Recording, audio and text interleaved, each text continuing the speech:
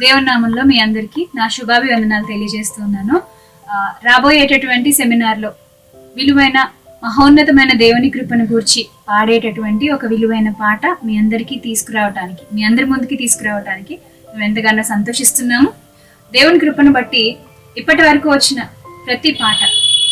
ప్రతి పాటను మీరందరూ కూడా ఆదరిస్తూ అనేక మందికి వాటిని చేరవేస్తూ విలువైన ఆలోచనలతో మీ యొక్క జీవితాలను కట్టుకుంటున్నారని, మీరు బలపడుతున్నారని చెప్పినప్పుడు మేము చాలా సంతోషిస్తున్నాం, దేవుని స్తుతిస్తున్నాము.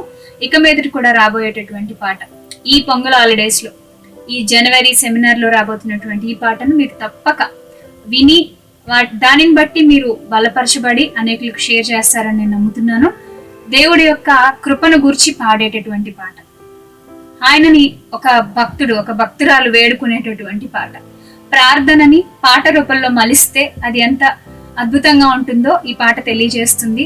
దేవుని యొక్క ప్రొటెక్షన్ ని ప్రతి ఆడపిల్ల, ప్రతి యవ్వనస్తుడు అంటే కేవలం అమ్మాయిలకి మాత్రమే కాదు, ప్రతి యవ్వనస్తురాలు ఎలా కోరుకోవాలో తెలియజేసే పాట నీ రెక్కల నీడలో.